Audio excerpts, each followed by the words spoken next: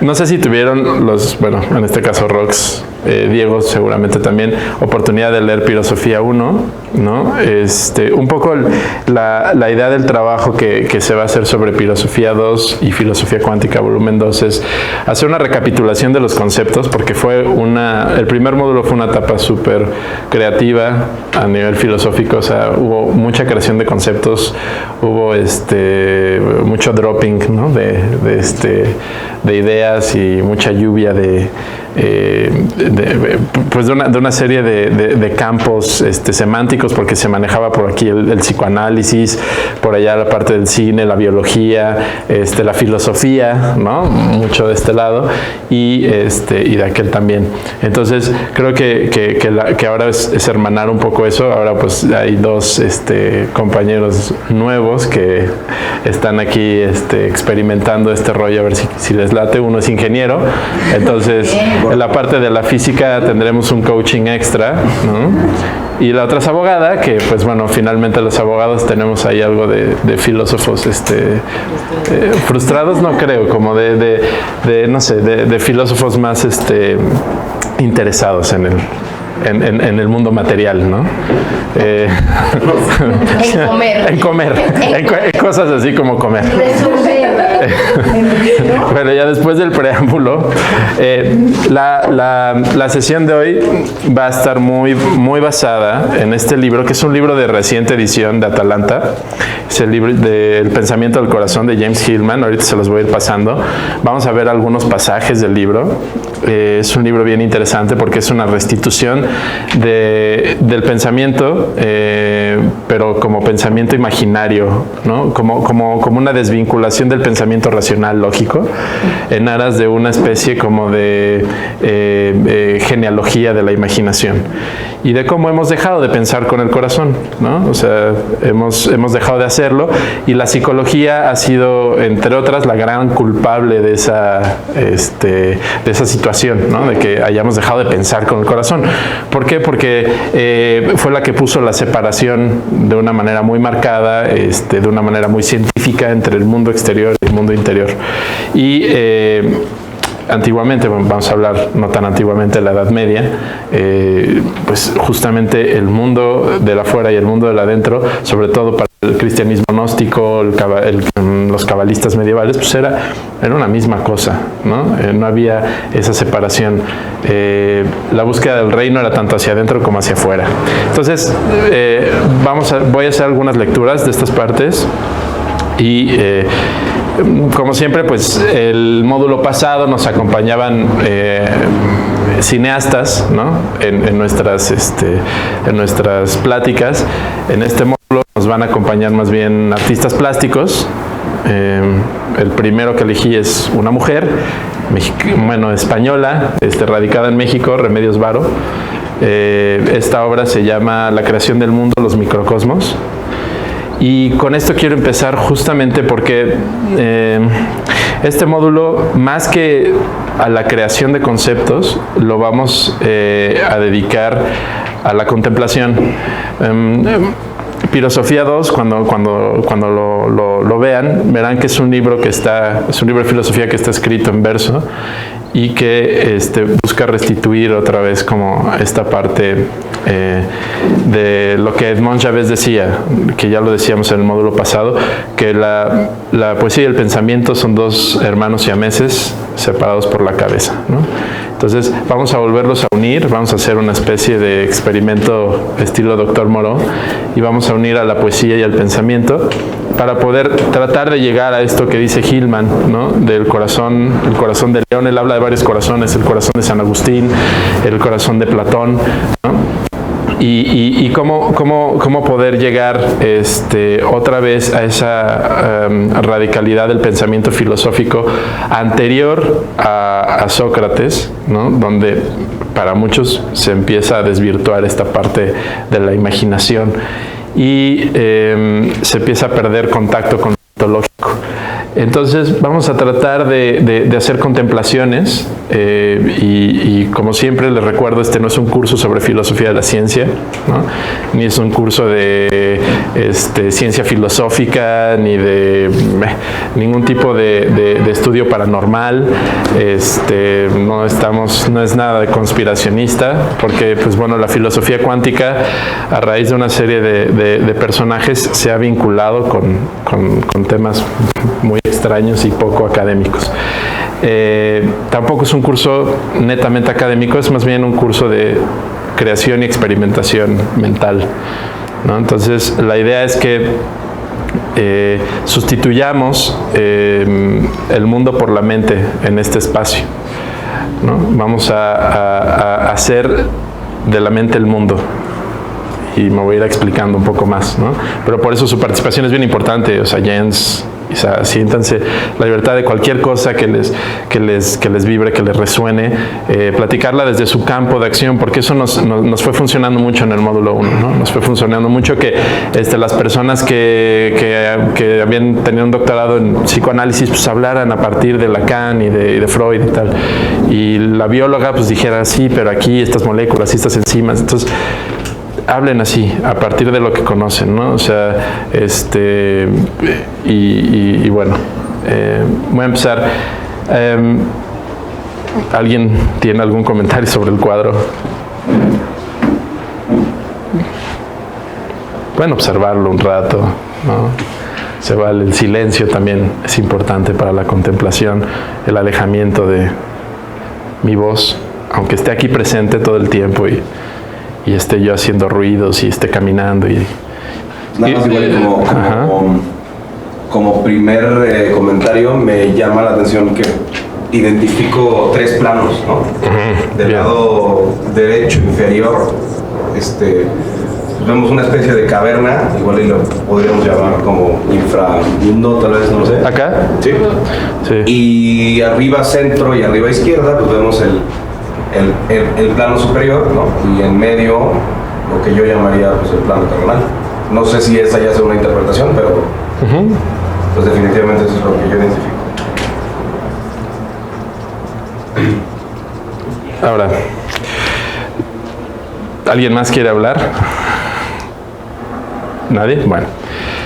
¿Qué es lo que está haciendo, lo que hizo en este caso Jens cuando se aproxima la pintura? Lo que hacemos todos cuando vamos a un museo, vamos a un concierto y nos aproximamos a una obra de arte, nos aproximamos a través de las herramientas que nos dan Logos, porque pues bueno, finalmente son las herramientas con las cuales podemos sobrevivir y desenvolvernos en el mundo de una manera funcional y sobrevivir, ¿no? O sea, sí, efectivamente, pues aquí hay un en realidad es el mar, ¿no? Y es como un vórtice donde están echando como esta especie como de bruja alquímica, ¿no? Está echando, no sabemos si son gotas que al final se están convirtiendo en peces, ¿no? En vida. Yo estoy lanzando otra interpretación, ¿no? Aquí arriba, pues efectivamente hay un plano donde hay una serie de arquetipos, podríamos decir, animales arquetípicos. Está el berrendo, ¿no? El chivo o el cordero, podríamos decir, un caballo con cabeza de hombre, una especie de centauro. Aquí hay una especie como de reptil, con manos de cangrejo, no sé si alcanzan a ver las pinzas, y finalmente están surgiendo estos hombres de colores que están surgiendo de esta nada monocromática, donde hay leones y otros mamíferos y aves y una serie de especies, y los hombres van a poblar el mundo. Y está este anciano, ¿no? Que recuerda, por un lado podría recordar a Saturno, por otro lado podría recordar a Puleyo, podría recordar, por ejemplo, a mí me recuerda a Hermes, ¿no? Con el báculo, la serpiente y el gallo Abraxas también, ¿no? O sea, hay una serie de símbolos que están ahí metidos, y que bueno, finalmente, ¿de dónde procede la creación de dónde procede el cuadro, de qué parte de Remedios Varo procede esto y hacia qué se dirige, ¿no? Entonces, cuando te enfrentas tú con una obra de arte y dices, bueno, hay 3 planos, entonces estamos metiéndonos a un lenguaje matemático, porque finalmente el lenguaje matemático es el lenguaje de la naturaleza, el lenguaje de la física, ya lo habíamos visto el módulo pasado. El primer plano refleja tal cosa, y hablamos de oscuridad, hablamos de luz y hablamos de un punto intermedio, ¿no? Y es finalmente una concepción judeocristiana. Sea el sabor del cristianismo que seamos, luterano o católico o lo que seamos, ¿sí? Tenemos esa concepción, tenemos la concepción de un inframundo, tenemos la concepción de un supramundo y de un mundo terrenal o un mundo medio, ¿no? La tierra media. Esto lo vemos en novelas, lo vemos y en este caso en el cuadro de Remedios Varo. Pero más allá de eso, lo que yo quisiera preguntarles es, podemos hablar, como yo hablé ahorita, de una serie también de arquetipos y tal, pero ¿qué es lo que le refleja? ¿Dónde están los daimones, ¿no? ¿Dónde está el anima mundi? O sea, aquello que anima al cuadro, aquello que le da vida, ¿dónde está el movimiento? ¿Sí? Las pausas, esos silencios que son los que nos dicen, o los que nos pudieran resonar a nivel interno, o sea, lo que te pudiera conmover. Vamos a pasar a una etapa emocional, o sea, ¿a alguien le provoca alguna emoción ver el cuadro en especial? Rox. A mí me recuerda el Arca de Noé, por ejemplo, los semíticos, ¿no? La diversidad de animales ahí contenidos en un límite, contenidos en un vaso, del cual quieren escapar y se transforman, o sea, transgreden la forma y salen por una puerta convertidos en hombres, o primero como espectros, luego en hombres, lo cual me hace pensar en transformación, en fluir, en Heráclito, ¿no? En movimiento. Okay. Veo en la bruja también, no sé si es una bruja o no, una mujer de cabeza. ¿Por qué pensar que es una bruja? No sé, una mujer de cabeza. ¿Y por qué pensar que es una mujer? Nada más porque tiene el cabello largo, porque nada más le vemos desde acá, ¿no? Es una buena pregunta, claro, ¿por qué pensar? Y tiene un caldero. No sabemos, ¿no? Pero sí, pues, está bien, claro, siempre como que tenemos ahí elementos que nos dejan saber si es hombre o mujer, o grande o chico, o no, y ahí la verdad es que no nos dice, pero bueno, claro que podemos sacar conclusiones. Y el agua, para mí es agua, y no traigo lentes, pues no había visto los peces, pero sí están los peces, y parece una caracola que, ¿no? Yo lo veo más como espiral de infinito, más que un mar. Como un vórtice. Sí, como una puerta, ¿no? Hacia a otro mundo. Hacia lo oscuro. Veo como también transportes, ¿no? Como que podemos volar. Y veo también humo, o sea, veo la transformación de agua en vida y luego en aire, ¿no? Ok, bueno, pero eso es lo que ves, no pero sé, ¿qué me provoca? Ajá. Pues me provoca que quién sabe qué tendría en su inconsciente, ¿no? Quién sabe qué. O sea, ¿tú piensas que esto brota del inconsciente? Brota del inconsciente para mí. O sea, es un brote del inconsciente. ¿Qué me provoca emocionalmente?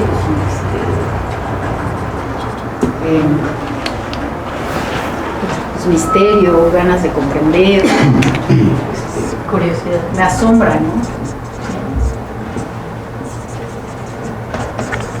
Ok, curiosidad. Bueno, suficiente de Remedios Varo. ¿Alguien más? ¿Tú? No, sí estaba pensando en el Arca de Noé. Yo nada más que me causa un poco de, no sé si incertidumbre, que estén saliendo como, no sé si llamarlas almas o qué, pero están guiadas por lo que nosotros podríamos interpretar como el diablo, ¿no? ¿Dónde? Exactamente. Sí, rojo.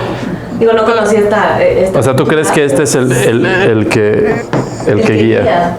O sea, son los colores primarios. Para mí representó que, o sea, algo rojo, azul y amarillo. Está guiando. Ok, está bien.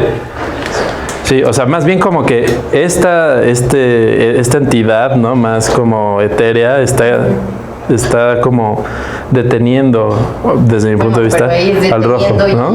Y tú lo ves como lo está, como que le está aconsejando, está diciendo, a ver, lleva a estos dos perdidos que van hacia el río, hacia algún lugar, ¿no? ¿Es un río o es un camino? Parece un río, ¿no? Parece agua. Una calle. Yo eso lo veo acá, Sí. yo lo que veo también hasta cierto punto es, rápidamente, me recuerda un poquito del lado de, bueno, porque sí lo dividiría, ¿no? O sea, hay dos salidas, hay una razón por la que son dos salidas y no una, ¿no? Y de un lado ves a los animales, ¿no? Que salen, desde el principio salen completamente diferentes, unos más chaparritos, más alto, cuernos, no cuernos. Del otro lado ves que todos salen relativamente iguales, al menos a esta distancia los veo Parecidos. muy similares, y conforme van saliendo, yo lo veía como van tomando su color o su identidad. Su cuerpo. Pero también triste, porque al final del día llegan todos al mismo lado, que es el río, que siempre fluye en una dirección, y no tienen ese libre albedrío, tal vez, ¿no? O sea, van a llegar ahí, y mientras a nosotros, pues, no. Muy bien. No. Entonces, en ese sentido es trágico, ¿no? Sí. Hay un destino trágico porque hay un destino ineludible. Y porque empieza con cosas mágicas arriba, ¿no? Empieza con cosas muy mágicas. Y entran y acaba así. Pero también nadie sonríe, ¿no? Eso sí. O sea, los de arriba no sonríen, están todos... Bueno, uno es una cabra. La cabra podría sonreír, hay cabras sonrientes. Es mi límite. Este señor está como también muy sospechoso, ¿no? Tiene una posición de poder. Sí, porque está encima y está observándolo todo, ¿no? Y Remedios Varo, ¿dónde está? Aquí, ¿no? O sea, Remedios Varo, ¿dónde está? Está bien la risa. O sea, ¿tú crees que es ella? Sí. Ok, o sea, ¿tú crees que está en el cuadro? Sí. Ok, Es un autorretrato. bien. Ahorita vamos a ver eso. Bueno, ahora vamos a pasar un poco más, algo más cuántico, ¿no? David Bohm, el físico, ya hemos hablado bastante de él, físico a la vez medio místico, ¿no? Que tuvo mucha relación con Jiddu Krishnamurti, por ejemplo, ¿no? Que Jiddu Krishnamurti fue el gran hijo de la teosofía de Blavatsky, el gran vocero, digamos, ¿no? El gran sabio de la teósofo. David Bohm guarda una estrecha relación con él en sus conceptos, y la preocupación de ellos dos básicamente es la manera en la cual nosotros concebimos la realidad, o por qué la realidad la concebimos de la manera en que la concebimos y no de otra manera. A esa manera en la que nosotros concebimos la realidad, David Bohm le llamaba el orden explicado. ¿Sí? El orden explicado, no sé, Lacan hablaría del mundo de lo simbólico para llegar al mundo de lo real. Lo explicado siempre corresponde a un flujo, a un código, a una serie de datos, de signos, ¿no? Por ejemplo, cuando se hace semiótica del cine, ¿no? Y se dice, en la película de Ben-Hur, ¿cómo es que uno sabe que un romano es un romano, ¿no?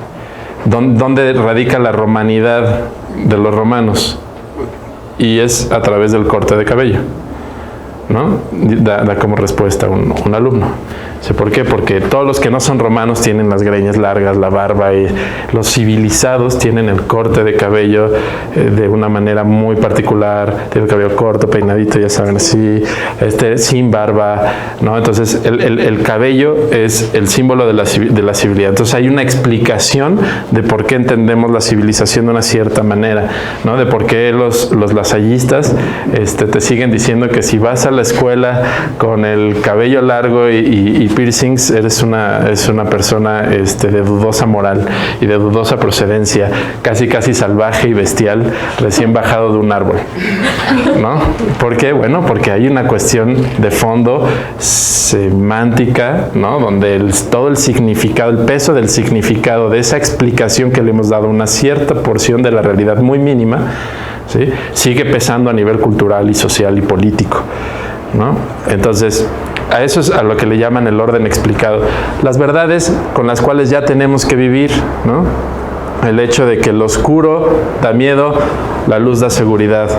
¿no? El hecho de que lo alto es lo divino, lo bajo es lo infernal, ¿no? El diablo es rojo, por ejemplo. ¿Por qué el diablo es rojo? ¿No? ¿Por qué no es negro o azul o una chava hermosa? Bueno, sí. Que es otro estereotipo. Es otro, sí, que la cultura ha ido, exactamente.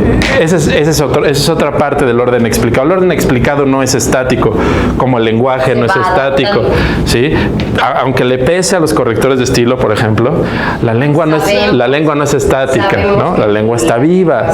Entonces, tú ves a estos viejitos diciendo, ay, estos jóvenes ya no saben escribir y ahora cada vez que quieren decir la palabra que, en vez de escribir K-U-E, escriben una K. Pues bueno, muy probablemente en unos 30 años, pues todos escribimos K y eso responde a un principio lingüístico que se llama la economía del lenguaje. Es decir, que en cuanto más economices energía en hablar y comunicarte y hacer la comunicación eficiente, mejor. Entonces, la explicación sigue una serie de reglas, que son reglas finalmente lógico-matemáticas. Y ya. ¿Sí? El lenguaje y las matemáticas son una misma esencia. Son dos lenguajes que se manifiestan en signos distintos, pero los dos son lenguajes. Un lenguaje sirve para las cosas cuantitativas, que es el matemático, y el otro lenguaje sirve para las cosas cualitativas, que es la lengua, ¿no? Tal cual, en todos sus colores y sabores. Pero David Bohm al final dice, sí, está bien, hay un orden explicado, pero ¿qué subyace a este orden explicado? Y hablábamos en el módulo 1 de los estoicos. Hoy los estoicos hablan de los cuerpos. David Bohm, ¿no? Dice, ok, el orden explicado tiene su coherencia, ¿no? Tiene una coherencia cuestionable, porque esa coherencia está llena de incoherencias y de contradicciones. El mundo en el que vivimos está lleno de contradicciones. ¿Y por qué es? ¿No? Vamos, aquí es donde la física y la filosofía siempre se han rozado, ¿no? Desde Aristóteles, ¿no? Describiendo el motor inmóvil hasta James Hillman, ¿no? Hablando del pensamiento del corazón, hasta Patrick Harpur hablando de los daimones, en fin, ¿no? Siempre la filosofía se ha rozado con la ciencia.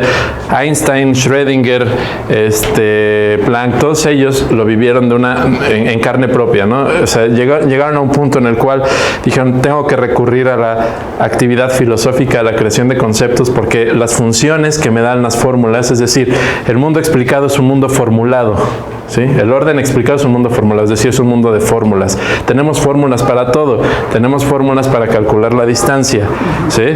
Velocidad sobre tiempo. Tenemos fórmulas también para saludarnos. Hola, ¿cómo estás? Es una fórmula, ¿sí? Entonces, todo lo podemos convertir en fórmula, casi todo lo que hacemos lo podemos convertir en una fórmula. El orden implicado no funciona así. Dice David Bohm, cuando el físico contempla la realidad cuántica, relativista, etcétera, porque recuerden que la física relativista y la cuántica se dan un encontronazo durísimo, ¿no? Donde el macromundo y el micromundo no coinciden en nada. No contempla las cosas en sí mismas, ¿no? Ninguna de las dos. Más bien, lo que el físico contempla es una serie de ecuaciones diferenciales sumamente abstractas, que son esas fórmulas, ¿no? Entonces, cuando yo veo el rostro de Roxana, no estoy viendo el rostro de Roxana, estoy viendo una formulación mental mía que me dice que ese es el rostro de Roxana. Su verdadero rostro permanece oculto para mí. Eso es lo que en algunos ritos iniciáticos se conoce como el velo de Isis, ¿sí? Y es un velo que no, o sea, todos tenemos un velo en la mirada, ¿no? Que no nos permite acceder al mundo, a las cosas tal cual son. Aldous Huxley dice que si las puertas de la percepción se purificaran, ¿no? La realidad aparecería ante nuestros ojos como realmente es, infinita, ¿no? Entonces, nosotros todo el tiempo estamos cambiando. La persona que es ahorita Jens en este preciso instante no es el mismo Jens de hace 3 años. Y estoy hablando a nivel molecular, es decir, físicamente no eres la misma persona, eres una nueva persona. Esa persona murió. ¿Por qué? Porque todo el conjunto de sus billones, 200 billones de células o trillones de células, se murieron todas y dieron origen a unas nuevas. Entonces eres el hijo de esa persona que eras hace 3 años, por llamarlo de alguna manera metafórica, ¿no? Sí. Y todo es igual, ¿no? Hay incluso quien dice que morimos cada noche, ¿no? O sea, el sueño es una pequeña muerte. Está este experimento interesante en el cual pues ahora estamos tratando de teletransportar las cosas, ¿no? Los viajes no son lo suficientemente rápidos en la actualidad para el nivel de vida de la civilización. Entonces, los científicos están trabajando en teletransportar cosas.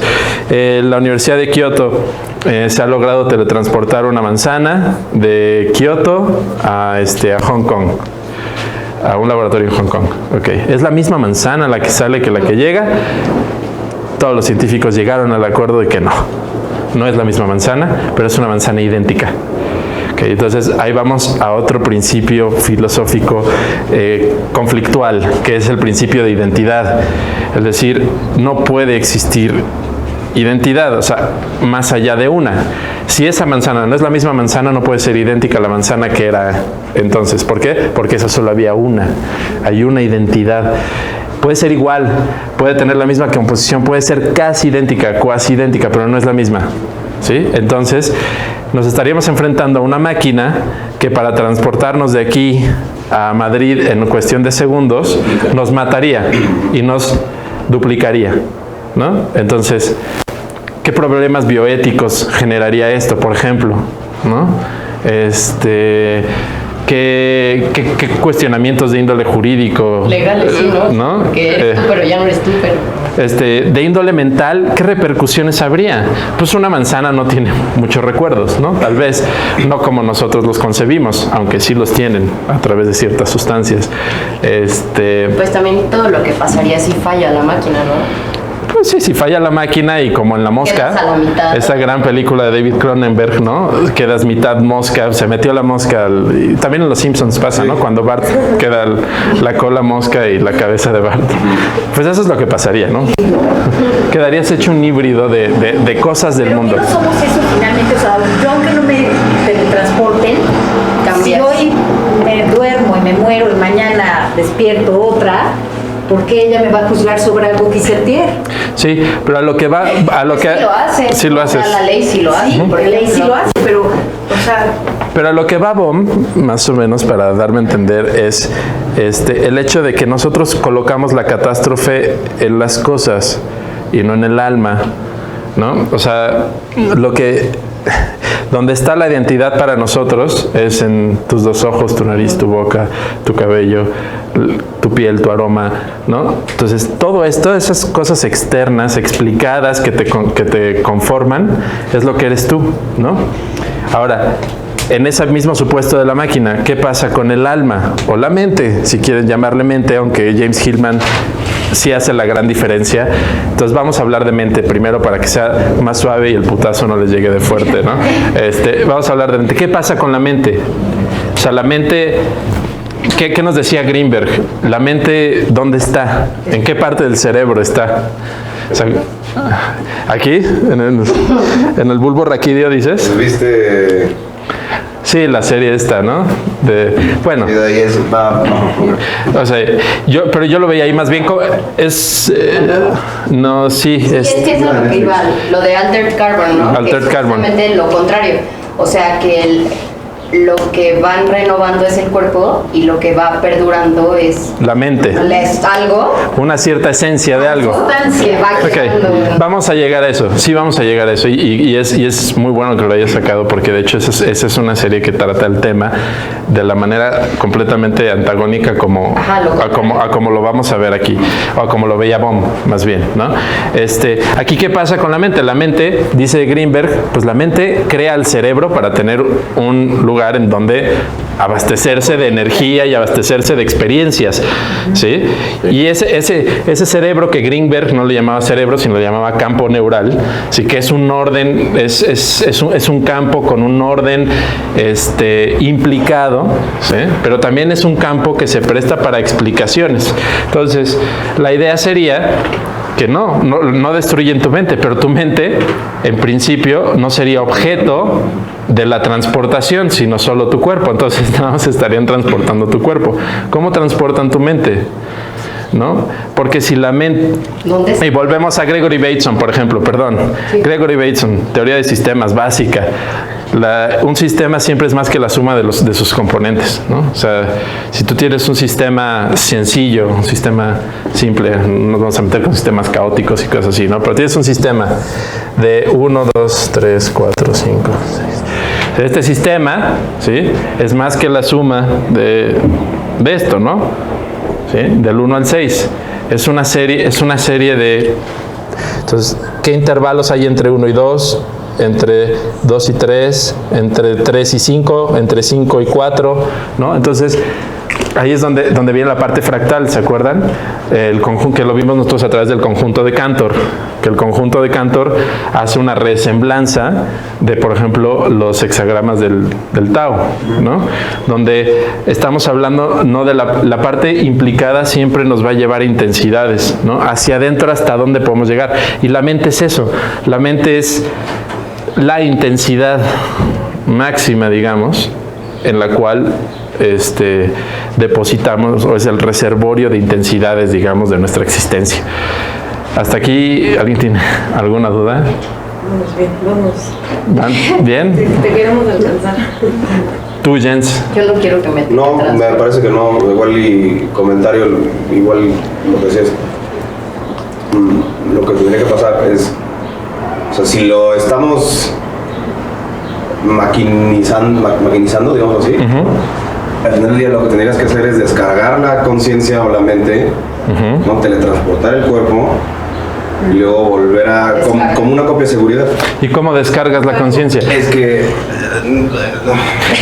ahí estamos, pero es bien interesante lo que dices. teórico, sí, claro. Es bien interesante lo que dices porque tú estás comparando la conciencia con un algoritmo. O con lo que haces con tu celular cuando compras uno nuevo, que descargas la copia de seguridad, compras otro, lo pones y listo, ¿no? Pero ¿qué es lo que estás descargando? Software, ¿no? Es que Un sistema operativo. ese es el tema ético del que tú hablabas, ¿no? Pues nosotros no somos un software y un hardware, ¿no? Somos más solo hardware y software, ¿no? Y esto pues es una máquina. Que fíjate, o sea, ontológicamente yo no sé si diría que somos hardware, podríamos decir que sí, pero software, es decir, yo no quisiera ser Mac, pero O sea, información, pero ahí yo creo que estarías hablando como de recuerdos, información. exactamente. Datos. Esos son algoritmos, Ajá, instrucciones estamos en la mentales. mente. Correcto. Pero cuando pases a la parte del corazón o el alma, ahí ya nos vamos a estropear. La imaginación. ¿Dónde va a quedar eso? En un O sea, porque ceros y unos, datos, información, como los contactos, los programas, las apps, Exacto. todo eso sí se puede respaldar, estoy de acuerdo. Y sería las lo memorias mismo. y todo eso, perfecto. Pero ¿cómo pasas toda la parte espiritual, quizá, o como Intuitiva. Que de todas formas, si copiaras esa parte espiritual, digamos que hay ese mismo proceso que el cuerpo, ¿no? O sea, muere aquí, nace allá. Entonces, tú, Miguel Lecumberri, ves tu brazo y tienes una cicatriz. Y tu mente recuerda cuando te hiciste esa cicatriz. Pero ese cuerpo nunca pasó por eso y esa mente no estuvo ahí cuando eso pasó. Se replicaría la cicatriz, ¿no? Sí, se replicaría todo. Pero la mente no sabemos, al menos de acuerdo en esta postura mentalista que estamos tomando de Greenberg y de David Bohm, ¿no? Diciendo que no es el cerebro el que crea la mente, sino al revés, la mente es la que crea el cerebro, ¿sí? Porque si dijéramos, el cerebro crea la mente, ok, pero ¿bajo qué mecanismos? ¿Bajo qué sustancias? ¿Bajo qué sistemas? Todavía no lo hemos determinado, todavía no sabemos, ¿no? Digo, de lo que decía Descartes, que el asiento del alma es la glándula pineal, a nuestra época hay una gran hay una gran diferencia, ¿no? Ahora hay quien habla, la dimetiltriptamina, tú que hablabas de la ayahuasca, que es el principio activo, digamos, de la ayahuasca. El DMT está presente en la glándula pineal. Ya se sabe más o menos de cierto que está ahí y que gracias a eso puedes soñar, porque junto con la melatonina pues es lo que te hace, por un lado, crecer, por otro lado, tener ensoñaciones y por otro lado, tener experiencias cercanas a la muerte. Por cierto, les recomiendo un libro muy bueno de un cardiólogo, Pim van Loven. Este cardiólogo holandés dedicó 40 y tantos años de su vida a documentar experiencias cercanas a la muerte. Y a partir de ahí creó un libro que se llama La conciencia más allá de la vida, ¿no? Este es un libro muy interesante Es un libro muy fuerte, porque además es un libro que un científico muy prestigioso se atrevió a sacar hablando de cuestiones espirituales y de vida más allá de la muerte, ¿no? Entonces, también es de Atalanta. Vas a traer tu playera de Atalanta. Sí, espero que Jacobo Ciruela esté viendo esto. Pues son las teorías también de los antiguos griegos con respecto a la vida y la muerte, ¿no? Que mueres y se te borra todo y renaces, ¿no? Que vienen de Oriente, además, ¿no? Es el renacimiento, la creencia en el renacimiento, que se te borra todo el hardware y todo el software, y es como si tu cuerpo pasara por una aduana de un reset.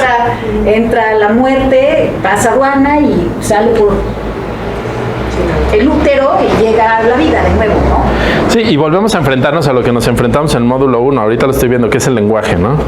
O sea, porque queremos decir cosas que no son tan fáciles de decir, aunque sí las tenemos presentes en algún lugar, ¿no? El Tao, creo que el I Ching y los chinos fueron muy maestros en lograr ese como corte de bisturí entre lo que el lenguaje puede lograr, ¿no? y lo que el río no lleva, o sea, lo que está fuera del río y lo que no es movimiento y no es velocidad, pero que está ahí y que es presente, es siempre presente. No sé. Sí, ahí creo que más que el I Ching o el I Ching y el Tao Te Ching es el idioma chino como tal, ¿no? El chino bueno, dependiendo si es cantonés o si es mandarín, con sus 4 tonos o sus 8 tonos, si es cantonés son 8 tonos, si es mandarín 4 tonos, es completamente contextual. Es decir, el contexto delimita el significado de los caracteres. Es la diferencia primordial, me parece, entre el pensamiento chino o la lengua china y nosotros más eurocéntricos.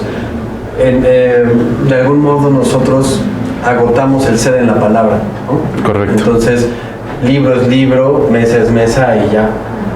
El carácter mesa solo volando, el carácter solo libro volando, no dice nada. Es susceptible a muchísimas cosas, interpretaciones que están sujetas al contexto del diálogo o de... Por eso traducir en chino es tan complicado. Interpretaron más, yo creo. Sí, porque exactamente. La novela erótica china, por ejemplo, se pinta sola para eso, ¿no? El Roputuan. Hacer esos juegos. Exactamente, el The Carnal Prayer Mat o el... ¿Cómo puede ser? El tapete para rezar de carne. Es un albur constante y un juego de dobles sentidos, porque el mismo carácter significa 3 o 4 cosas distintas. Entonces el lector que ya está predispuesto a este cachondeo, pues lo lee y empieza a leer un montón de cosas. Y cuando uno lo lee en español o lo lee en inglés, pues no existe eso. Ahí está. Oye, ¿sabes qué? ¿Por qué no sales y cortas un par de tortugas y las cuelgas al sol para comerlas después en una sopa? Así de normal. Sexy. Y fue un albur gigante y picante. Claro, que esas polisemias se dan también en el español, ¿no? Y en el inglés también. Y tal, ¿no? O sea, sí, es lo mismo. Nosotros podemos alburearnos a un gringo de una manera maravillosa, sin darnos cuenta que a lo mejor él hace lo mismo con nosotros en su idioma, ¿no? Entonces, sí, la semántica otra vez vuelve a jugar un tema fundamental, pero aquí estamos hablando, yo creo, algo un poco más profundo aún, que es, o sea, clavando un poco más la hoja, llegando a la relación que hay directamente entre objeto y significado, ¿no? Objeto no ya como referente del acto lingüístico, o sea, no como en lo que yo me baso para poder entender la realidad, sino objeto como la realidad en sí misma, en una especie como de... No quiero usar la palabra. Conciencia sensible. Mismidad, ¿no? Silleidad de la silla. La silleidad de la silla. Y eso es tan aberrante, justamente, porque redundan a nada, ¿no? Y lo que Bohm no quería era justamente redundar en eso. Entonces, aquí hice una anotación que dice: el espacio-tiempo constituye la primera explicación o simbolización del orden implicado, ¿no? Es decir, el orden implicado es una matriz informacional de absoluta coherencia, ¿sí? El campo neural es una matriz informacional que interactúa con la latiz, ¿no? Que es esta matriz superior que es el cosmos, ¿no? Ya vimos que la palabra cosmos no nos gusta tanto porque la palabra cosmos habla de orden directamente, pero implica el caos de una manera rotunda, ¿no? El caos es lo que le da coherencia al orden, ¿sí? Por eso el orden explicado se convierte en una especie de mímesis barata del caos, ¿no? Todos nosotros somos una especie como de entes que intentan subirse a un tren en movimiento, ¿no? Siempre estamos tratando, y ese tren en movimiento es el tren del caos.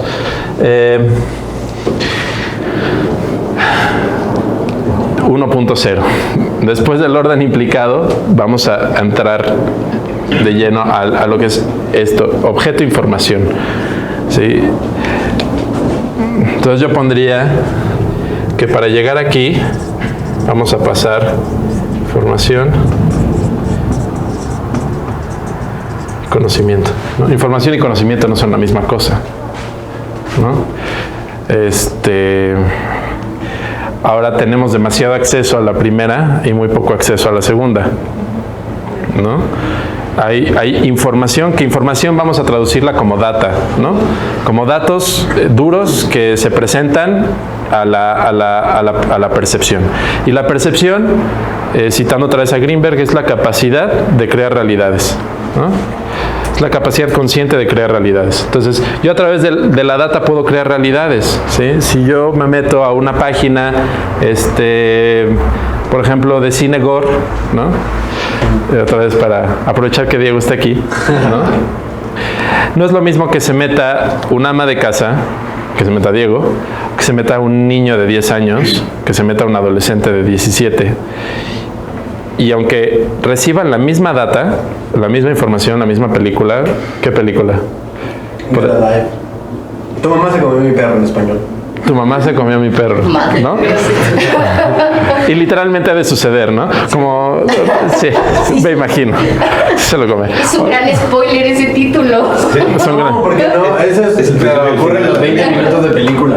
Ah, bueno. Sí, además eso es muy común en el gore, ¿no? También está, por ejemplo, la motocicleta vampiro, que te la mandé, que justamente es eso, ¿no? Es una motocicleta que es un vampiro y que se come a las personas.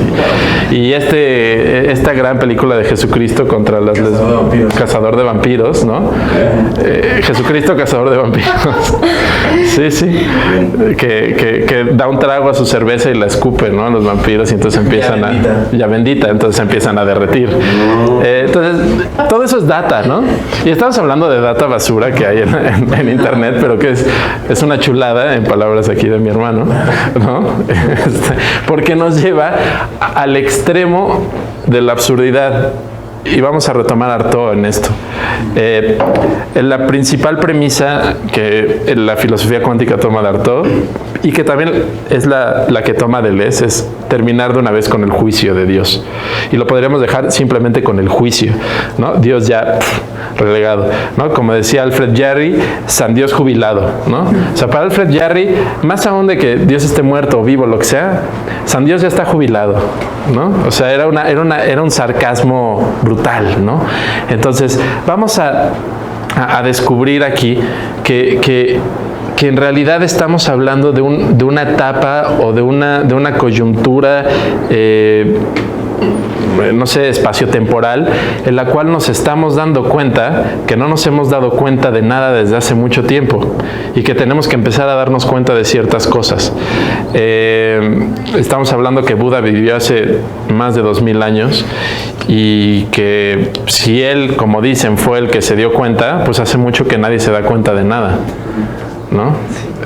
Porque pues todos los que han intentado llegar a ser Budas después de él, pues no lo han logrado en realidad, ¿no? No estoy muy versado en el tema, pero en realidad todos los monjes que han trascendido, que han llegado a cierto estado de iluminación, no han llegado a la budeidad, ¿no? No han llegado a estar despiertos. ¿Y cómo sabemos que Buda estuvo despierto en primer lugar, ¿no? También es otra explicación. Y recordemos que todas las explicaciones son falibles, como la que hicimos del primer cuadro de Remedios Varo. Son explicaciones donde mientras la fórmula tenga cierta lógica y lleguemos a un cierto resultado, pues nos va a hacer sentido, ¿sí? Y entonces es el peligro del sentido. De la información, entre la información y el conocimiento se interpone el sentido. Para que la información genere conocimiento, va a tener que tener sentido. ¿Sí? Entonces, le damos sentido. ¿Tiene sentido que una motocicleta se convierta en vampiro y se coma a las personas? Pues sí lo tiene. En un espacio de realidad cinematográfica, sí lo tiene. ¿Sí? ¿Y qué diferencia ese espacio de realidad cinematográfica de esto? Yo les pregunto. De esto siendo esta la realidad. Sí, lo que llamas realidad. Mortal. Si sacas ese, ¿qué? Moto que se convierte en Vampiro. De la película donde está y la metes en Ben-Hur, muy probablemente no tenga ningún sentido. O sea, ya cambió todo el contexto y todo lo que está alrededor de... Pero qué maravilla, ¿no? O sea, imagínate que estuviera Ben-Hur corriendo con sus caballos y de repente llegara la moto y se lo chingara. Se acabó la trama, se acabó la película, ¿no? O Jesucristo, que fue un personaje histórico, vamos a creer eso, para efectos de esto, y que de repente empieza a pelear contra vampiros. Vlad Tepes también existió, ¿no? Entonces podríamos decir que pues hay cierta consonancia histórica. Entonces, Vlad Tepes, el empalador, Vlad Dracul. Okay. Drácula. Sí. Entonces, Draculero. Lo ibas a decir. Cualquier cosa es posible en el mundo de la literatura, ¿no? Y en el mundo del arte. Y en este mundo, ¿por qué no? O sea, ¿qué es lo que nos diferencia? ¿Qué hay en este mundo que que contiene a las motos a convertirse en vampiros, que contiene a Jesucristo? Leyes físicas. Leyes físicas. Ok. Que impiden que la materia haga ciertas cosas, se comporta de cierta manera. Que sí lo hace, sí se transforma, nada más que no en un espacio de tiempo tan reducido como una moto que se convierte en vampiro. Ok, perfecto. Llegamos a esto, la cita de Cirlot, ¿no? Es lo que acabas de decir. El simbolismo del objeto depende de su naturaleza.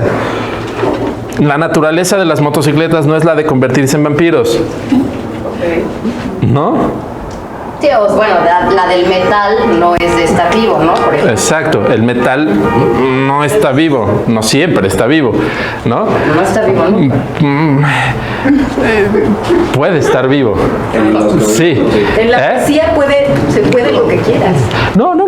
O sea, pensemos, por ejemplo, en un injerto, ¿no? En estos chips de silicio con metal. El metal no está vivo. Que insertas en el cerebro y el cerebro lo acopla, digamos, al sistema orgánico al que pertenece. Entonces, se convierte en una parte extraña, ¿sí?, dentro de un sistema orgánico. Ok, no está vivo. ¿Por qué no está vivo? ¿Qué es lo que define la vida? Y vamos a volver otra vez a este biocentrismo. Acuérdate del anima mundi. ¿Qué es lo que define la vida? O sea, pues en ese ejemplo en particular, o sea, sus moléculas y sus átomos no están formando células vivas, o sea, están acomodados de una forma en elementos y en compuestos que son abióticos. Ok, perfecto. Muy bien, entonces responde a su naturaleza, ¿no? No hay motos que se conviertan en vampiros. Fin de la discusión. Ni que coman carne humana. Ok, bueno, en este mundo. En este mundo no, claro, también podemos hablar de mundos paralelos. Sí, el cine creó un mundo, ¿no?, que es un mundo que vive en la imaginación de alguien y que fue expuesto y que ahora es una fórmula dentro del orden explicado. Algo tiene que tener de cierto, ¿no? Y no nos vamos a meter con Pachita, por ejemplo, ¿no? Que Pachita, pues de repente sí lograba que su cuchillo de carnicero se introducía en la carne, abría la carne, sacaba el hígado, metía otro hígado nuevo y de repente pasaba la mano y ya estaba cerrada la herida, ¿no? Y estaba curada, ¿no? Muchos testimonios, ¿no? Algo así pasaba, algo similar a eso. O algo, ¿no?, que nosotros interpretamos así. Claro, ¿no? Eso de los efectos ópticos también es bien interesante porque la información no es estable tampoco, la información siempre es variable y lo vemos en las fotos, por ejemplo, en las selfies, ¿no?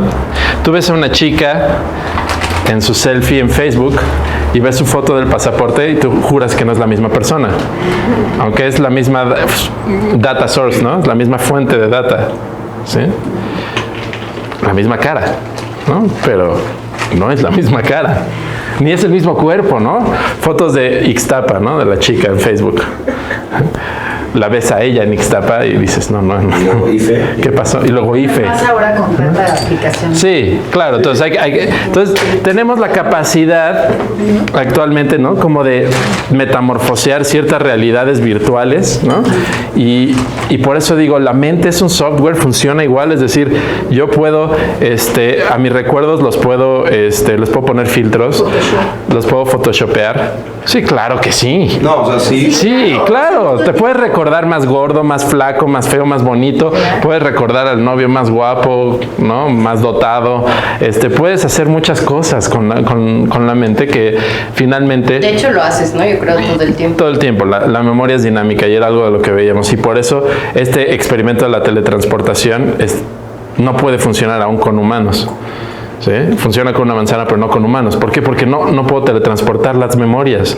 Las memorias son las que me van a dar la personalidad y la identidad, ¿no? Tan cuestionable. Inclusive con la manzana, o sea, no es, como decía, ¿no? Se llegó a la conclusión de que no es la misma manzana. No es la misma manzana, claro. El nombre de teletransportación no es correcto. Pero su manzanidad, digamos, ¿no? Para seguir con este orden heideggeriano ya, su manzanidad queda inalterada, ¿no? O sea, sirve para lo mismo, te la comes y ya. Pero si tú te teletransportas, no sé si vieron la serie de Penny Dreadful, si alguien no la ha visto, bueno, si la vieron, Victor Frankenstein que dibujan ahí es una cuestión ahí muy linda, porque el cuate trae a un monstruo, ¿no? Que le pone Proteo, además. Proteo, ya habíamos hablado de Proteo, titánide, oceánide, ¿no? Que puede cambiar de forma, ¿no? Se puede convertir en un delfín, se puede convertir en espuma de mar, en una perla, en cualquier objeto marino o cualquier criatura marina.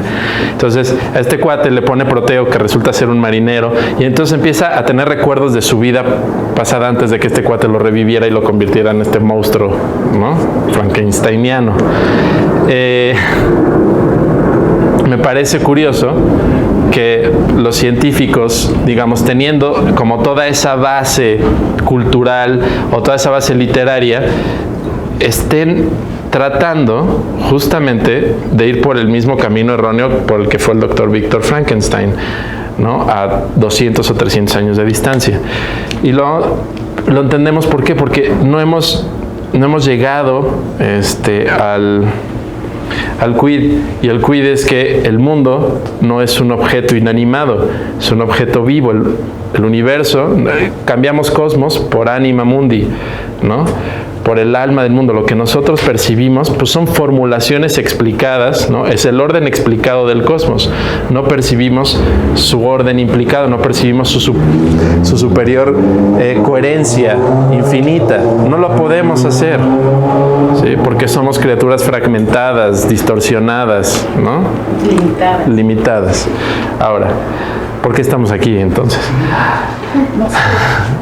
Dice James Hillman en ese libro, la reelaboración de nuestro concepto de realidad psíquica implica, por tanto, la reelaboración de nuestro pasado cultural, la tradición que sigue alimentando tanto las teorías que formulamos como nuestra idea de realidad. Entonces, para poder transformar el mundo, ¿no? Para poder hacer que las motocicletas coman personas, para poder hacer que una serie de maravillas, pues vamos a tener que transformar el pasado, la cultura, la tradición, todo lo que pesa sobre nosotros. Y no es eso lo que hicieron grandes genios como Tesla, como Edison, como los hermanos Wright, ¿no? ¿Cuánto tiempo el hombre soñó con volar, pero culturalmente estaba como vetado el poder volar, o culturalmente estaban vetadas muchas cosas, como decir que el sol está en el centro del sistema solar, ¿no? Vamos a dar ciertas concesiones. Y ahora sabemos que no es así, y ahora podemos volar, podemos teletransportar manzanas de Japón a Hong Kong, podemos hacer mandalas con música en arena y en agua, podemos hacer cosas que antes no podíamos soñar, podemos tener una red informacional internacional y puedes tener una videoconferencia con una persona, un pariente tuyo que está en Alemania, que está en China, que está en Suecia, instantáneamente lo puedes ver, ¿sí? Entonces, estamos transformando la realidad. Por tanto, la realidad no es tan estática como la presentamos. Simplemente tenemos que develar los mecanismos a través de los cuales se puede ir cambiando. ¿Ok? Bueno, a eso se refiere Hinman. Luego, como otro punto, la despectación pirodinámica de cosmos y psique, orbitales cuánticos e hilos neurales. Este es el primer concepto. ¿No? Os asustéis. Bienvenidos. ¿Qué es esto de la despectación pirodinámica? ¿No? Vamos a volver a Heráclito, vamos a volver a Empédocles, a estos dioses hombres del pasado que nos dieron pensamiento. Expectar, ¿qué es estar expectante o estar? Una expectativa. Esperando. Puedes estar esperando, pero también... No, es como estar solo viendo, ¿no? Exactamente. O sea, estar como espectador. Exactamente. Especular también, ¿no? Viene de ahí. Especular es a través de lo que ves, vas generando pensamiento.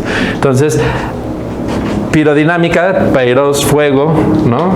Y dinámica, pues viene del movimiento, ¿no? Entonces... Que dejes de ser un espectador, ¿no? O sea, tienes que dejar de ser un espectador, pero de una manera ardiente, de una manera vehemente, luciferina, iluminada, activa, exactamente, ¿sí? Y hay una relación entre el orden, el cosmos, que es el orden implicado, está latiz, y psique, que es el orden neural. Por eso se crean esta especie, vamos a hablarles de orbitales. Orbitales como nubes, ya sabemos, por ejemplo, que el átomo no es así, ¿no? Ya el modelo atómico, donde aquí hay 2 neutrones, un protón, y está orbitando un electrón, eso no es cierto, ¿no? Ya sabemos que más bien acá hay una nube de energía y en torno pues, sí hay cierta materia que está vibrando y resonando, en fin, entonces... Quarks, exactamente, bariones, bosones, todo eso, ¿no? Partículas elementales. Y sabemos que no son tal cosa como partículas, sino más bien como espectros de algo, ¿no? Que puede llegar a ser perceptual. Y esos espectros semejan más al fuego. Por eso es pirosofía. La pirosofía nos habla de este estado en el cual la materia no es materia y la energía no es energía, sino es un estado intermedio, ¿no?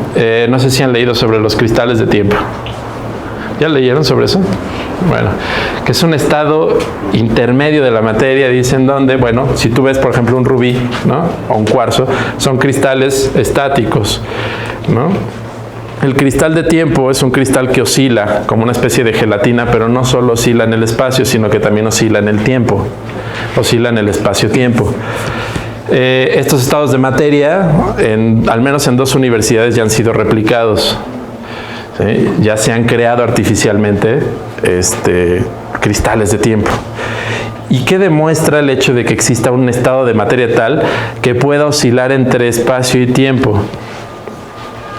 Bueno, significaría que hay la posibilidad de que esta gran estructura que hemos formulado, que llamamos espacio-tiempo y que Einstein nos dijo que es casi indestructible si no es a través de una gran cantidad de energía o fuerza, porque además los cristales de tiempo se mueven sin necesidad de fuerza.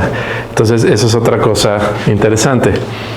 No hay que aplicar una fuerza para que haya movimientos, se mueven porque esa es su naturaleza. Es un motor inmóvil. Ajá. Es un motor inmóvil. Aristóteles estaría feliz con ese descubrimiento. Entonces, había dicho alguien.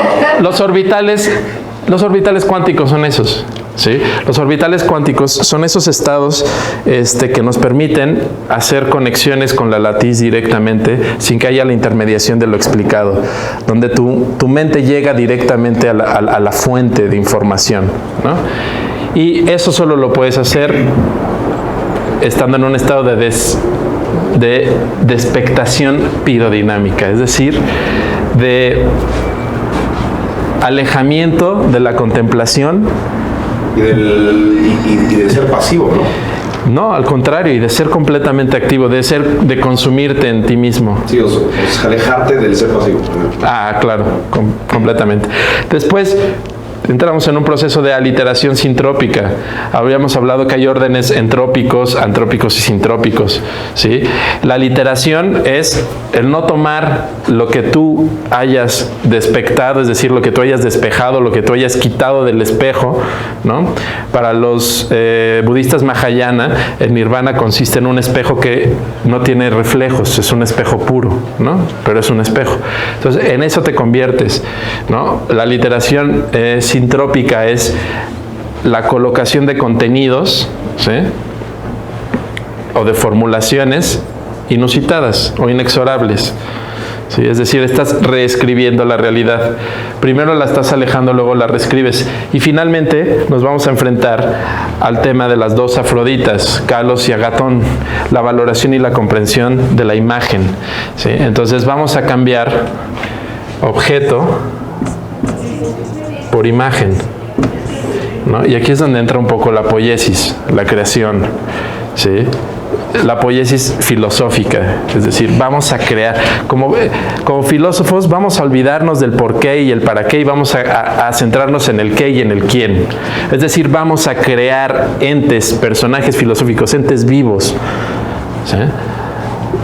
La filosofía ya no puede ser esa atávica retahíla de reflexiones, de preguntas sin fin, de búsquedas de causas últimas, cuando lo que tienes enfrente es la materia prima con la cual tú puedes crear estados de materia inusitados, puedes crear realidades alternas y mundos posibles.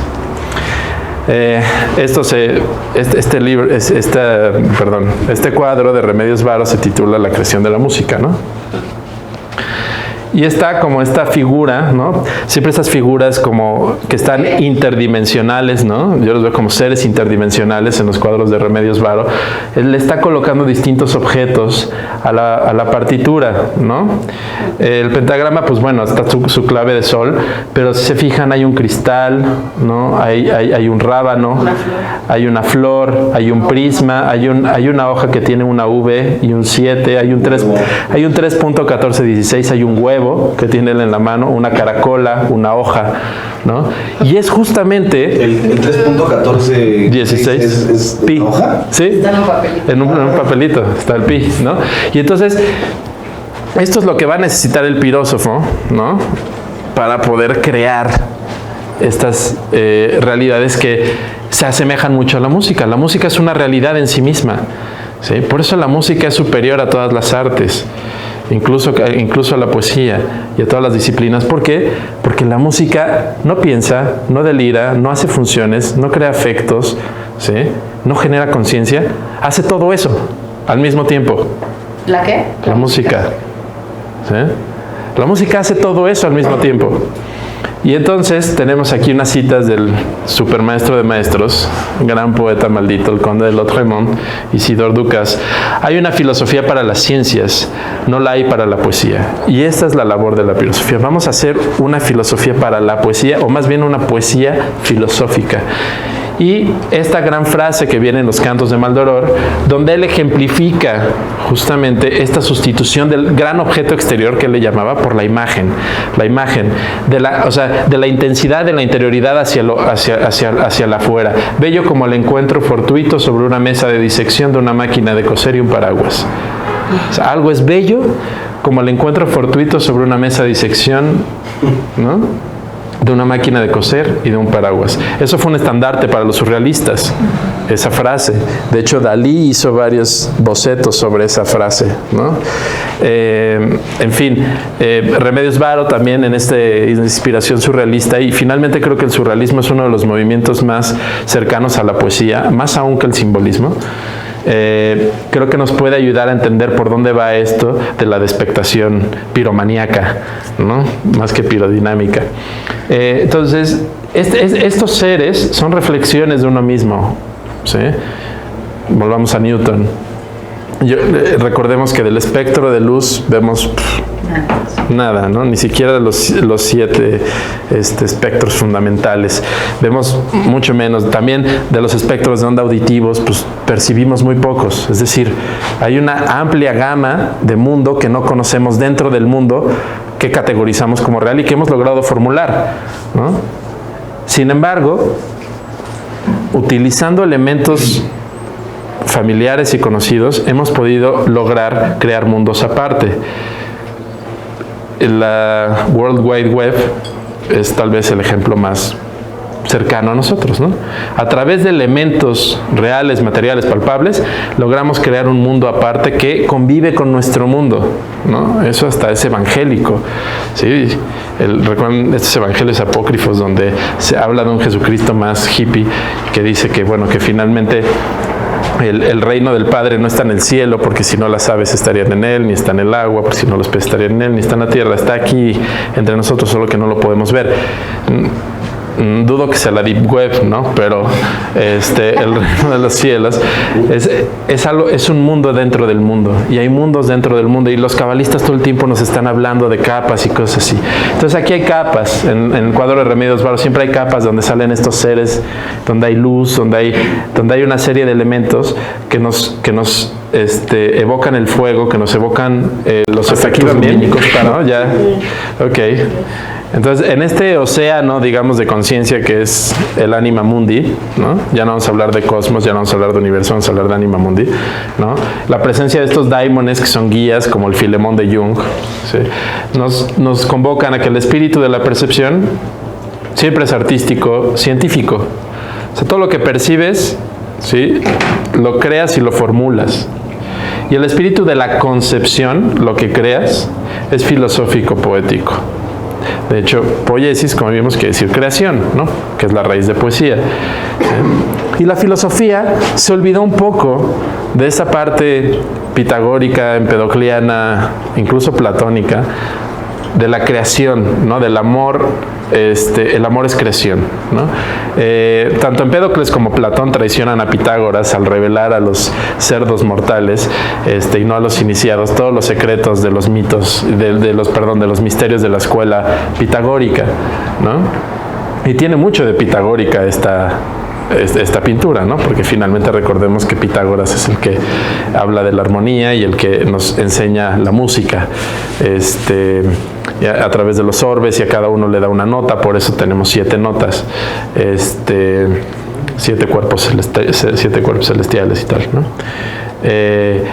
Un mexicano, ¿no? Carrillo, es el que descubre que entre esos grandes tonos hay microtonos, y hay una infinidad de ellos, y puedes hacer música con esos microtonos, ¿no? Y él hizo música así. Entonces, para que vean, las formulaciones de la realidad están en constante cambio, como el fuego, todo lo va cambiando y va. Esta pintura se llama El Alquimista, justamente, ¿no? Es una gran pintura de Remedios Varo, donde más conocida, ¿no? Sí, es muy conocida, está en el Museo de Arte Moderno acá, y fíjense cómo el mundo se transforma en él y él se transforma en el mundo, son una misma cosa, ¿no? El blanco y el negro, el lenguaje binario, tiene también muchos contenidos misterosóficos, no sé, los masones usan siempre el piso ajedrezado, una serie de ritos, ¿no? El propio ajedrez de los hindús, ¿no? Tenía esa connotación, la luz y la oscuridad, ¿no? Siempre ha sido un código, siempre ha sido una forma de entender el mundo a través de estos contrastes, ¿no? El bien y el mal, ¿no? Que nosotros vamos a criticar mucho, ¿no? El maniqueísmo. Argumentaba Niels Bohr, danés, colega de Einstein, más joven, que la granularidad de la luz no es un rasgo propio de esta, sino el sello de sus orígenes. Y esto lo dice Arthur Sahong en un libro también de Atalanta, que se llama La búsqueda de la luz. Es muy bueno el libro. Él es un astrofísico y aparte filósofo, muy reconocido. Él es uno de los creadores de la caja de luz. ¿Alguien ha escuchado del experimento de la caja de luz? Sí. No, pero no es ese, es otro. Esta caja de luz, hay muchas, a partir de él se crearon muchas cajas de luz, pero la caja de luz lo que buscaba era básicamente lograr un espacio cerrado, completamente aislado del mundo, en el cual la luz no incidiera directamente sobre ningún lugar. ¿Y qué fue lo que obtuvieron? Oscuridad. ¿Cómo no entendí? Ahorita lo vas a entender, más adelante viene, pero la luz... Lograron capturar la oscuridad. Es que, mamá, no sé, podríamos plantearlo de varias maneras. Tal vez las primeras van a ser erróneas, pero también se vale. La luz es oscuridad esencialmente, ¿sí? Cuando ustedes salen al espacio exterior, y en varias entrevistas a muchos astronautas se les ha dicho, oye, a ver, ¿qué es lo que ves? Es oscuridad. Dices, pero ¿cómo puedes ver oscuridad si está la fuente directa de luz del sol? Pero esa fuente de luz, solo cuando incide en objetos, ¿sí?, se manifiesta. Cuando no incide en nada, es oscuridad. Entonces, esto ya en una caja de luz, en un laboratorio, ¿sí?, creas un lugar donde proyectas un rayo de luz y ese rayo de luz no incide en nada, no se ilumina nada, todo es oscuridad. Y lo único que puedes ver, porque además tiene como, digamos, un visor, ¿no?, hacia dentro de la caja, es oscuridad, es como si vieras el espacio exterior. Entonces, eso nos podría llevar a la conclusión de que todo es luz, ¿sí? Todo es luz. Es decir, la luz está en todos lados. Lo que pasa es nada, simplemente se sigue. Pero no, eso sería que la luz es luz en tanto choca con algo.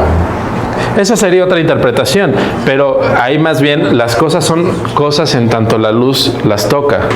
O sea, la realidad es realidad en tanto es tocada por la luz. También podríamos decir eso. Podríamos decir muchas cosas, son formulaciones. La luz es creación, y eso es lo que vio Einstein. Y eso lo vio Einstein primero en el Sefer Zohar, que es el libro del resplandor. Y el Sefer Zohar es Einstein quiere decir una piedra, ya lo habíamos dicho esto, ¿no? Es una genealogía de la luz. Einstein, como judío, sí conocía estos libros cabalísticos y sabía que el Ein Sof, ¿no?, esta nada primordial, creó a partir de un rayo de luz, ¿sí? Y eso fue lo que él convirtió en su constante universal. La luz es la constante universal, es la velocidad a la que todo se mueve, a la que todo se desplaza, y es el referente para cualquier percepción, para cualquier creación de realidad. ¿Okay? Bueno, con este cuate, Niels Bohr, Einstein descubre algo que rompe eso, que Bohr llamó la acción fantasmal a distancia y Einstein llamó el entrelazamiento cuántico. Y entonces tenemos un laboratorio, y en un laboratorio cultivamos una molécula, una serie de moléculas de lo que quieran. Agua. Una proteína, ¿no? Por ejemplo, una proteína de caseína, ¿no? Y entonces la dividimos las proteínas, las mandamos a distintos lugares, otra vez, Japón y Hong Kong, ¿no? Y a esta proteína la metemos en un medio acuoso y la ionizamos, ¿no? La metemos en una fuente de voltaje. La otra, sin estar en un medio acuoso, sin tener una fuente de voltaje, se ioniza, ¿ok? En el mismo instante. Entonces, ahí la constante de la luz, esa velocidad, ¿sí? Algo pasó que fue más rápido. Y la postura de la filosofía cuántica es que en realidad la constante universal no debe ser la luz, sino la información. Y la información entendida como conciencia, no como data, sino como conciencia. Esta metainformación. Entonces, todas las cosas están dotadas de conciencia, ¿sí? Y la luz lo único que hace es develar esa conciencia. Por eso Buda no es el iluminado, sino el despierto, ¿sí? El que tiene conciencia. Eso de el iluminado, nosotros como occidentales se lo pusimos porque, bueno, llegó justamente en la época de la iluminación, ¿no? El siglo XVIII, siglo XIX, exactamente, el espíritu iluminista. Entonces, zanjado este tema, es decir, más rápido que la luz, llega la conciencia a las cosas, ¿sí? Okay. La conciencia es el todo en cada instante del presente. Cuando la conciencia es libre, cuando la sensibilidad es óptima, somos lo que el universo es.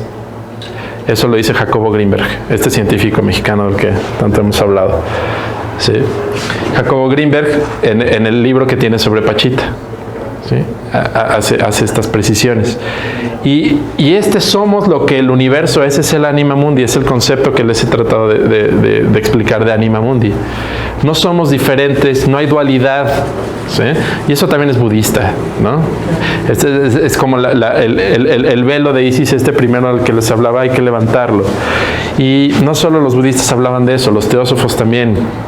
Krishnamurti también hablaba de eso, de levantar el velo, ¿sí? Pero este es un velo más ontológico, ¿no? No estamos hablando ahora de sociología, de ética, ¿no? De estética incluso. Y aquí el velo, pues digamos el universo, ¿no? Somos lo que el universo es, el alquimista está haciendo el universo, ¿sí? A Jung se le criticó, por ejemplo, en sus interpretaciones alquímicas, que la alquimia no solo tiene un papel en el inconsciente y a nivel psíquico, sino también a nivel de cosmos, a nivel de materia.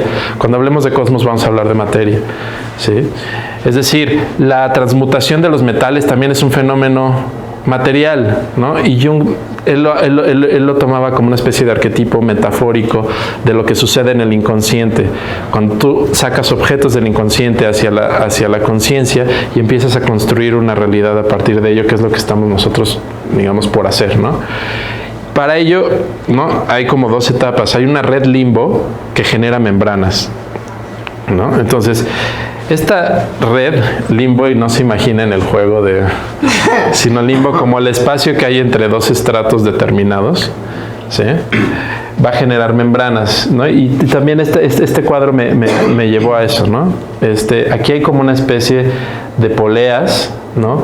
Que van generando una especie de líquido allá, tal vez la piedra filosofal, ¿no? Un elixir, la quinta esencia, aquello que recuerden la quinta esencia para los alquimistas, sí, era como el fruto de todo fruto, la fuente de toda fuente, lo que nos va a dar la eterna juventud, la eterna conciencia, ¿no? Lo que buscaron estos grandes exploradores psicodélicos, desde Henri Michaud, Aldous Huxley, Timothy Leary, todos ellos en las drogas, ¿no? Romper ese limbo, esas membranas, para poder acceder a la sombra especular, que ya vimos el trabajo de la sombra en Jung, que es el custodio del ego, y la objetivación del significado, ¿sí? Donde el significado pierde su peso en pos del objeto mismo. Y esto nos va a llevar a la contemplación.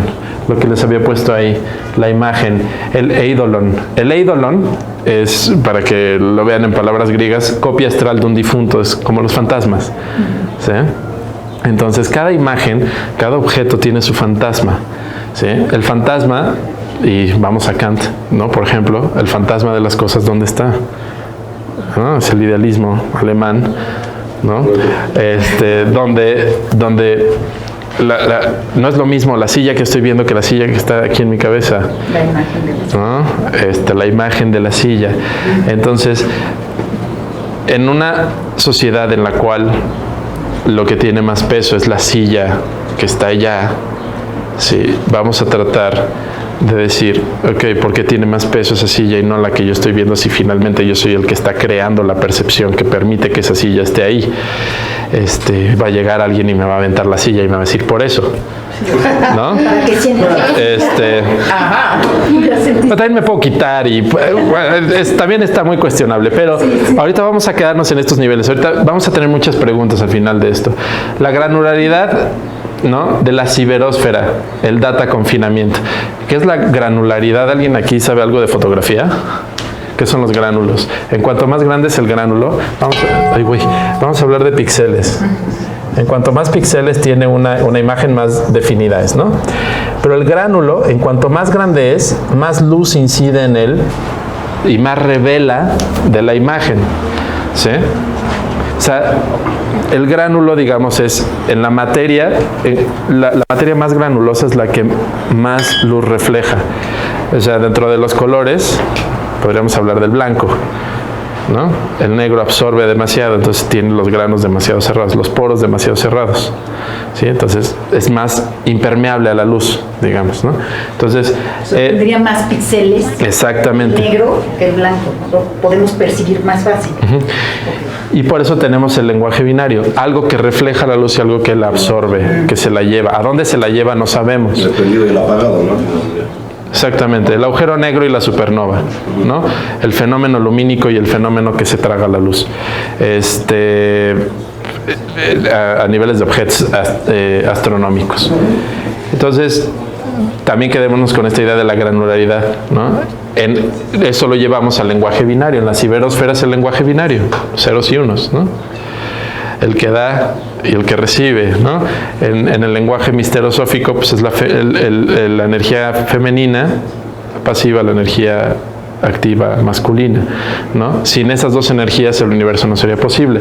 En el yin yang también. Ya estamos por acabar. Ya es hora más bien. Ok, con esto, esta es una imagen real de la Estación Espacial Internacional. Con esto vamos a acabar.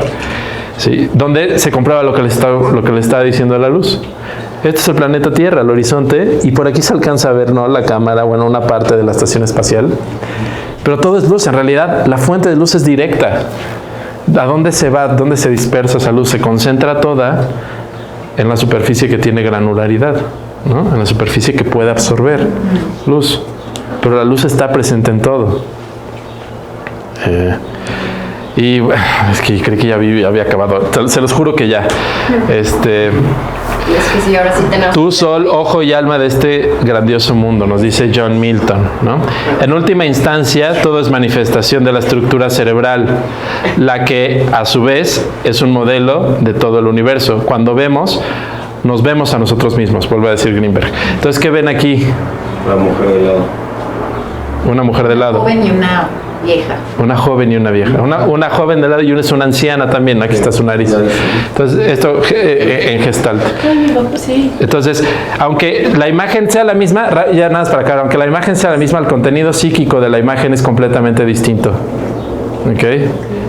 Y la misma luz incide y es el mismo signo, el mismo símbolo, el mismo orden explícito, pero implícitamente, ¿sí? Es decir, en nuestro contenido psíquico, en nuestra realidad psíquica, hay distintas cosas que están ocurriendo ahí.